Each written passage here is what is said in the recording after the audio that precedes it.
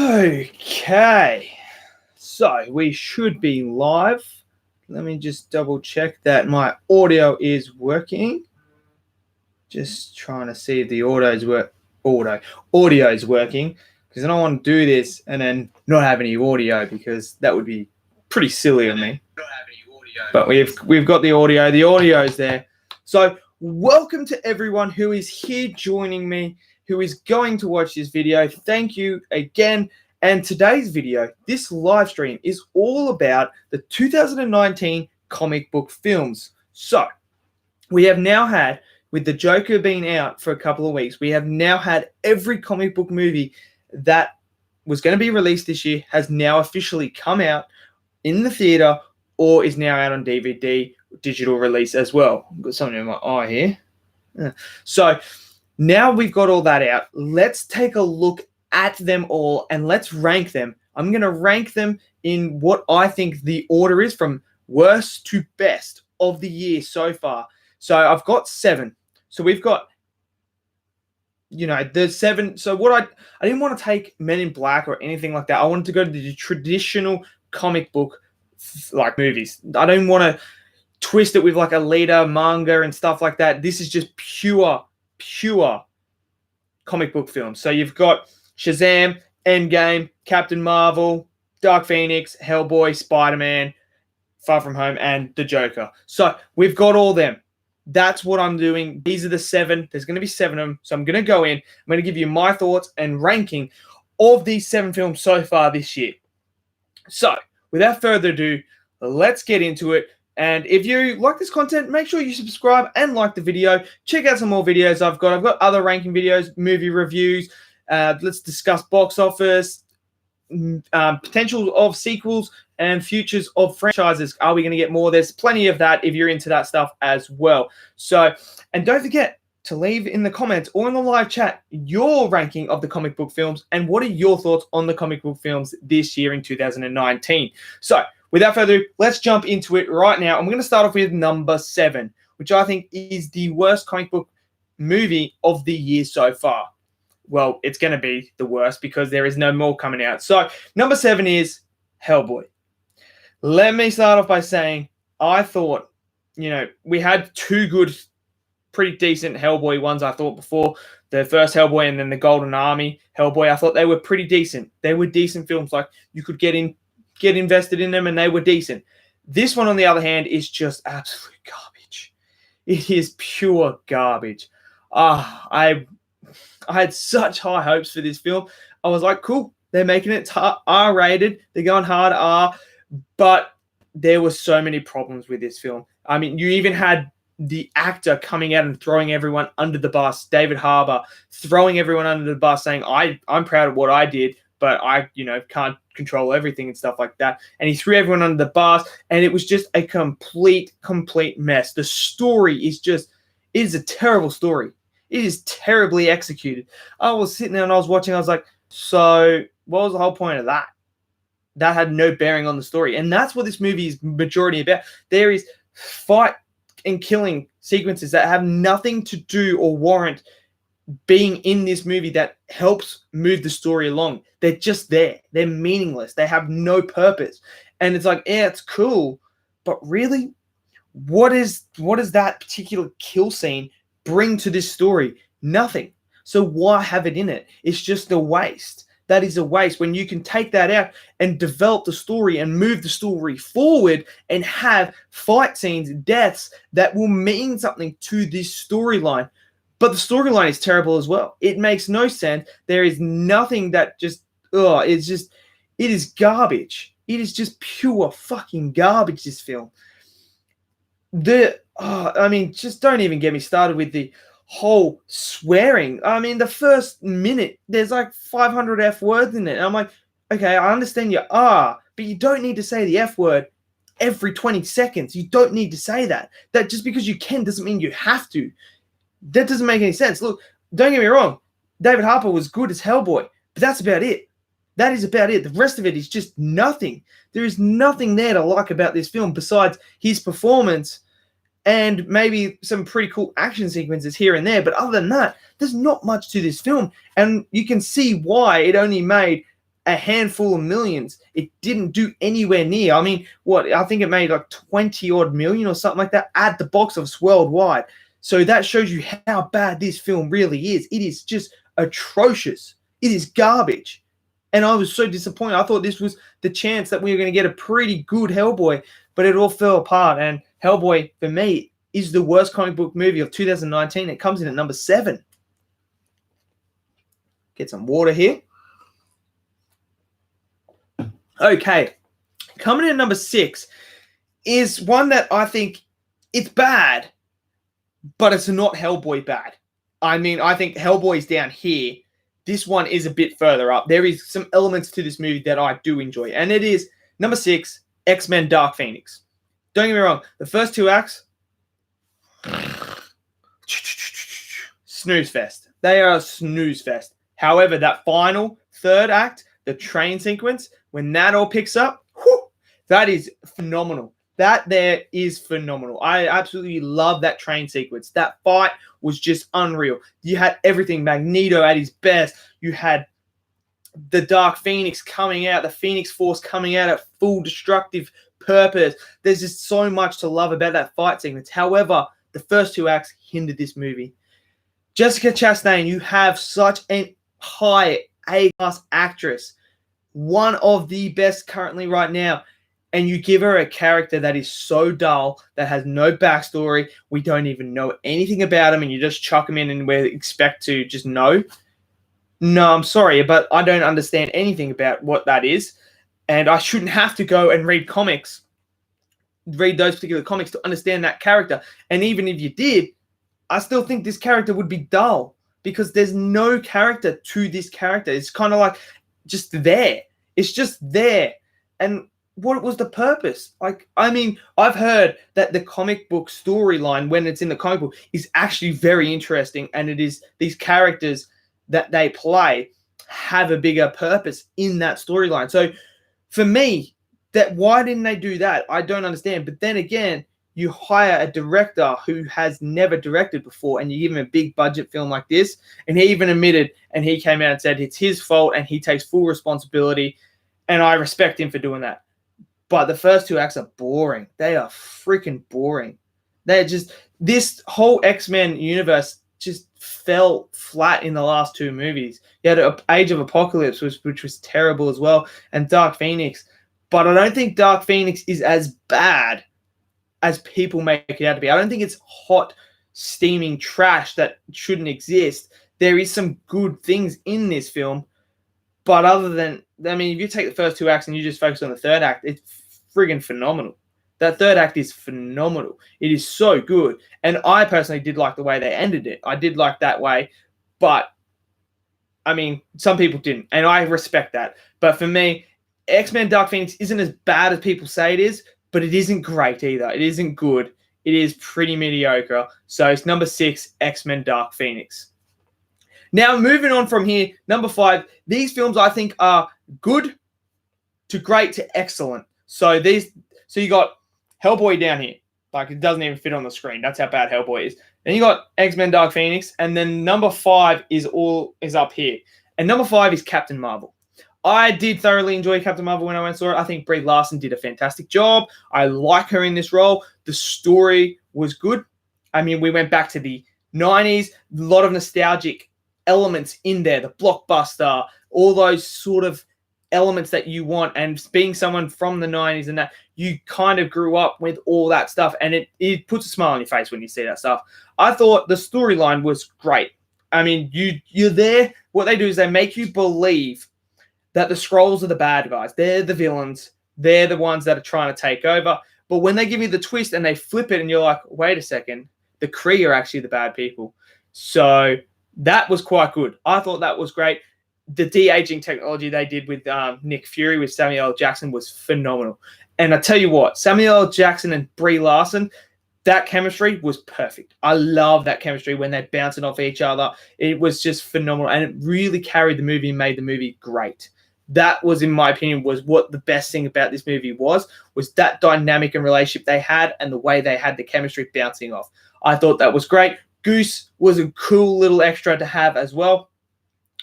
The only downfall that I was really disappointed was Ronan, the Accuser, was pretty big in the marketing, and he was just, what was the point of having him in the movie? It's just the cameo. That's all it was. And I thought that was a bit disappointing. I really want to see Ronan at his peak of his powers. I want to see him, because I think the Ronan character is interesting, and I liked him in Guardians, but I thought this is where you can make that character from Guardians even better by flushing him out and giving a bit more backstory here. So I thought we were going to see Ronan the Accuser have a bit more, but we didn't. He just was there, and then he retreated really quickly, and it was kind of like, oh, okay. That's a bit disappointing. But otherwise, Captain Marvel is not a bad film. I think it's a good film, and it comes in at number 5 in 2019 comic book films currently right now.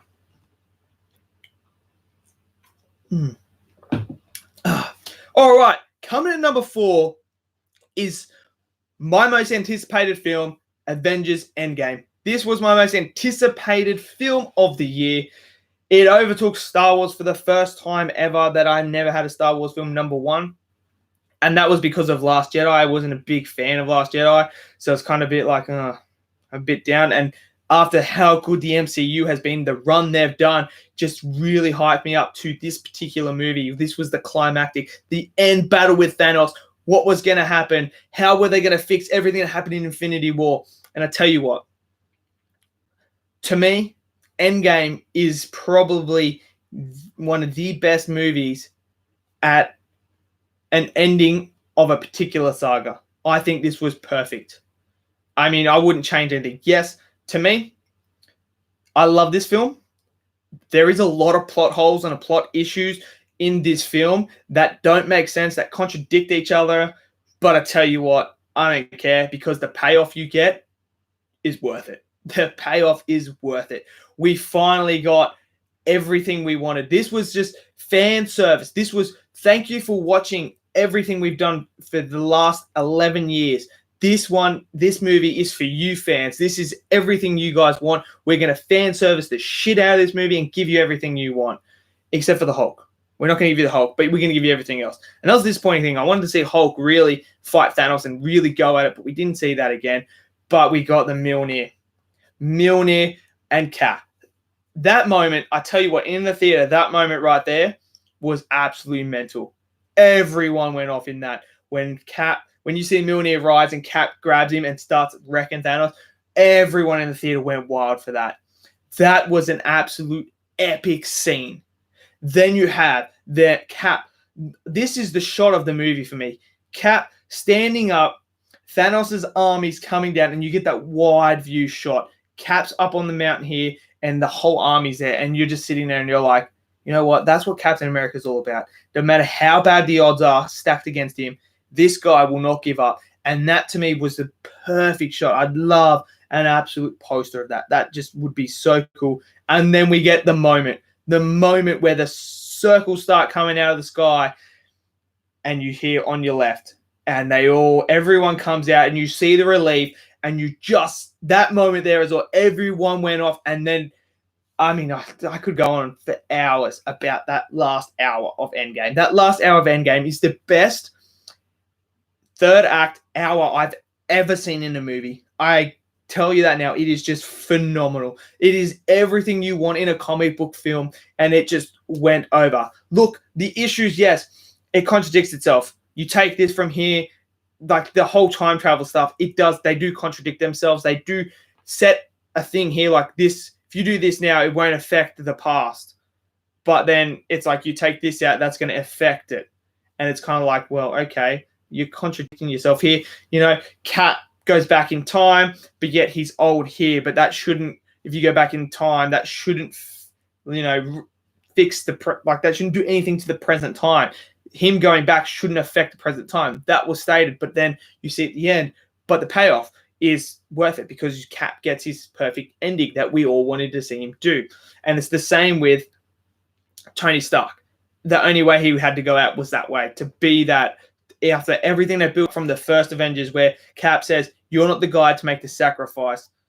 And he does in the end to save everyone. So, but overall, I love Endgame. Don't get me wrong, I love Endgame. But there is some issues in there that I will even acknowledge that contradict itself. And there is a lot of plot issues and plot holes that I think could have been done better, but that last hour is just phenomenal, and it's worth it. So number 4, Avengers Endgame. Now, number 3 is going to be Shazam. I thoroughly love Shazam. When I saw the trailers for Shazam, I was just like, you know what? This movie is me as a kid if I had superhero powers. And now as an adult, still be me with superhero powers. This movie embodies everything like that. No one can tell you otherwise. This movie is what every 14-year-old kid would do if they had superpowers like this. They would do exactly what he's doing. I kid you not. I thought the story was great. I love the story and the concept of this. This kid gets these unbelievable powers that can change the world. And he's basically a grown-up man, but he's a kid as well. So he's still childish. And he's trying to be good, but at the same time, he's still immature and trying to figure out everything that's happened to him. And the dynamic that they have, him and Freddy, is just a fantastic dynamic. You got Mark Strong as the villain, who's great in everything. I thought his villain could have been a bit better, to be honest. I think you could have flushed it out a bit more. But overall, I love this film. I think it's great. I mean, it's hilarious. It's lighthearted. It's fun. The action's good. And when you get the whole Shazam family, it's just phenomenal. They teased Black Adam. So that's supposed to be shooting as well. So I'm looking forward. I thought Zach Levi was brilliant as playing Shazam. I thought he was brilliant. And I can't wait to see what they do moving forward with this character and the other characters, the other Shazam family. So I'm interested to see. I love this film. I thought it was freaking great. And it embodied everything I would have done as a 14-year-old as well, having those powers. So number 3 is Shazam. Now, coming in number 2 is going to be Spider-Man Far From Home. And I tell you what, if you guys have watched my review on this and my MCU rankings and that, I love Spider-Man Far From Home. I just love this film. There's just something about this film that has this charm. It's the Spider-Man film I wanted to see. Something different. It's not the same thing over and over and over. This is something different. There's scenes that we haven't seen in this. For instance, the whole illusion tech that Mysterio does, those sequences are phenomenal. When he's tricking Spider-Man, when he's tricking Tom Holland's Peter Parker, it is phenomenal. And it looks incredible. And you get that scene on the bridge where he taps into his Spidey sense. He's Peter Tingle, as he calls it. And it is just, that sequence is just so good. But what gets me, what I think is one of the best scenes, is when Happy Hogan arrives to pick him up in the Netherlands. And you get that whole sequence and scene on the plane. That, to me, where you just feel it. You feel Peter Parker is Spider-Man. He's got all this pressure on him to be the next Iron Man, to be Iron Man, to be the savior. And Happy's there saying, look, mate, you're not Iron Man. You're never going to be Iron Man. It doesn't matter what people think. You can't be Iron Man. There's only one Iron Man. And even Tony, like that line where he says, no one can live up to Tony, not even Tony. And you're just like, oh, okay. Happy, you've just, Father of the Year to Happy right there. And when he says, look, he doubted himself all the time, but the one thing he didn't doubt was picking you. And you're just like, yeah, mate, that to me, that is the best scene of the movie. That right there is just quality. I love the story, how he's just trying to get away from being the focal point, from everything he just experienced in Infinity War, being dusted, coming back, saving everything, seeing all this stuff he's seen at such a young age, and trying to live with this responsibility now when people are like, you're being Iron Man, you're the next Iron Man, are you the leader, are you keeping the Avengers together? He just wants to be a normal kid.